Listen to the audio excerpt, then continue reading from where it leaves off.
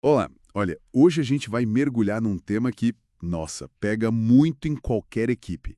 Aqueles comportamentos automáticos, sabe? Coisas que a gente faz só porque, sempre foi assim. E como isso pode acabar travando o crescimento, os resultados. Exato. E para analisar isso, a gente vai usar como base aquela aula ótima do Patrick Damiani, Liderança Consciente. E tem aquela história famosa dos macacos, né? Que ilustra isso super bem. Isso. E vamos conectar também com umas ideias do Márcio Fernandes e do Marcos Marques sobre liderança, responsabilidade.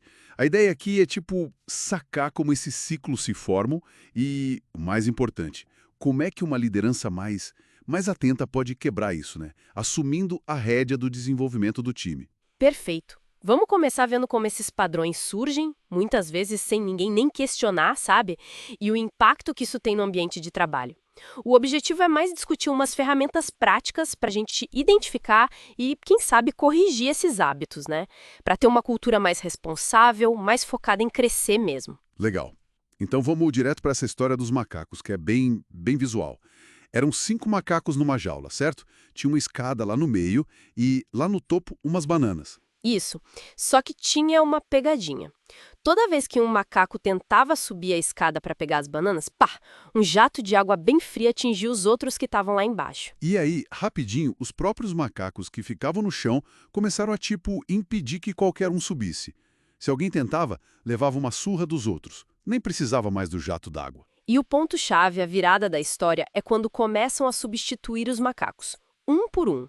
Entrava um macaco novo, que não sabia de nada, olhava as bananas, tentava subir e... Apanhava dos outros, mesmo dos que também já tinham sido substituídos e nunca tinham levado tal banho frio. Exatamente. No final, não tinha mais nenhum macaco original na jaula. Nenhum deles. Jamais tinha sentido água fria. Mas o comportamento continuava lá firme e forte. Ninguém subia na escada e batia em quem tentasse. Se alguém perguntasse, mas por quê? A resposta seria tipo, não sei, as coisas sempre foram assim por aqui. Cara, é impressionante como isso reflete o que rola nas empresas, né? Totalmente. É uma metáfora perfeita para esses comportamentos automáticos que a gente vê. Quantos processos, quantos hábitos a gente mantém sem nem saber direito o porquê. Só porque, sempre fizemos desse jeito. E aí conecta direto com aquelas frases que a gente ouve e às vezes até fala, né? Tipo, minha parte eu já fiz. Ou, eu já falei com ele. Se ele não entendeu, o problema é dele. Pois é, são frases que, no fundo, estão ali para tirar a responsabilidade das costas, né? Uma forma de se isentar do resultado final. É um reflexo claro desse sempre foi assim. E aí que entra, então, a tal da liderança consciente que o Patrick Damiani fala, né? A ideia de que liderar não é só mandar fazer. É garantir que a pessoa entendeu, que a tarefa foi feita direitinho e que o resultado esperado aconteceu. Exatamente. Se o liderado não entendeu, a responsabilidade de achar outro jeito de explicar, de comunicar, é do líder. Ponto. Isso me lembra muito uma fala do Márcio Fernandes sobre criar um ambiente onde as pessoas queiram estar ali por escolha, sabe? Não por obrigação ou por medo de levar bronca. Perfeito. A responsabilidade final pelo resultado, ela não se delega. Delegar a tarefa é uma coisa, mas se isentar do resultado, não dá. Como Damiani bem aponta, muitas vezes o problema maior nem é o erro que acontece, mas a inação do líder diante do erro. Ficar quieto, não fazer nada. Faz sentido. E isso exige uma postura ativa para desenvolver a equipe. Que, aliás, como o Márcio Fernandes também diz, é a segunda coisa que as pessoas mais buscam no trabalho, depois do salário. A empresa vira meio que uma escola, né? Entendi. Mas tá, na prática. Como é que um líder corrige esses comportamentos, esses erros, de um jeito que seja construtivo? Porque é aí que mora a dificuldade muitas vezes, né? Para não desmotivar, para não parecer só crítica. Boa pergunta. Tem uma ferramenta que o Damiani apresenta na aula que é bem útil para isso. É uma estrutura chamada CIEC. É um acrônimo para situação, impacto, expectativa e compromisso. CIEC. Situação, impacto, expectativa, compromisso. Como funciona? A ideia é focar na solução, não em ficar julgando a pessoa, sabe? Por exemplo, ele dá um exemplo lá da reposição de produto numa loja. O líder poderia chegar e falar: olha, percebi que a reposição aqui não foi concluída hoje, isso é a situação, isso acaba impactando o próximo turno, que pega o trabalho pela metade, e também o cliente que não acha o produto, esse é o impacto. O esperado é que você sempre finalize essa reposição antes de sair, essa é a expectativa. Como você acha que pode garantir que isso aconteça daqui para frente? Aqui busca o compromisso. Entendi a estrutura. É bem direto ao ponto, né? Foca no fato na consequência e no que precisa mudar.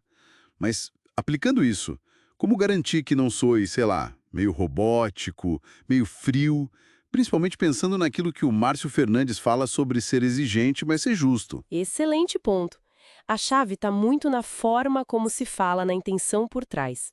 A estrutura CIEC, quando usada com respeito, ela é justa, porque ela foca no fato, no impacto pro trabalho e não num ataque pessoal, entende? Uhum. Ela permite ser exigente com o padrão, com o resultado, como o Fernandes defende, mas tratando a pessoa com respeito, dando a chance dela se comprometer com a mudança. E a justeza também passa por ter clareza sobre o que se espera e, claro, tomar decisões difíceis quando alguém consistentemente não se alinha ou não entrega, mas sempre depois de ter dado feedback claro ou oportunidade de melhorar. Quer dizer, então que não dar esse feedback estruturado ou ficar adiando uma decisão difícil, isso acaba sendo pior, né? Mais injusto até. Exato. Lembrei de outra coisa que o Fernandes fala, que pior do que você desenvolver alguém e essa pessoa ir embora para outra empresa, é você não desenvolver e essa pessoa ficar. Ficar ali, talvez desmotivada, talvez até falando mal da empresa para o concorrente. O custo de não agir, de ficar quieto, é alto pra caramba. Exatamente, o custo de manter esses comportamentos que não funcionam ou pessoas que não estão alinhadas só por inércia, por causa do mas sempre foi assim, esse custo é enorme. Quebrar esses ciclos automáticos exige do líder, primeiro, consciência, né? Perceber o que está rolando. Depois, coragem para questionar. E aí, ferramentas como essa do CIEC para agir com propósito, com clareza. Então tá. Acho que o recado principal dessa nossa análise aqui é que liderar de forma consciente vai muito além de só gerenciar as tarefas do dia a dia, né? Com certeza. É sobre observar o que está acontecendo, questionar esses sempre foi assim, assumir de verdade a responsabilidade pela comunicação, pelos resultados finais e agir ativamente para desenvolver as pessoas da equipe. Isso mesmo. Quebrar esses ciclos automáticos exige intenção, exige ferramenta adequada, como a estrutura CIEC, para dar um feedback mais assertivo. A transformação da equipe, no fundo, começa pela transformação do próprio líder. Legal. E para quem está acompanhando a gente, fica então um pensamento final, quase um desafio, inspirado nisso tudo que a gente conversou. Tenta identificar aí, nesta semana, um comportamento automático, sempre foi assim, aí na sua rotina ou na sua equipe. Para e questiona. Por que isso existe ainda? Qual a real utilidade disso hoje? E se fizer sentido, tenta usar uma abordagem mais estruturada, tipo o Psych, para conversar sobre isso ou ajustar com propósito. E aí observa o que acontece. Pode ser um pequeno passo, mas às vezes é o começo para quebrar um ciclo bem maior.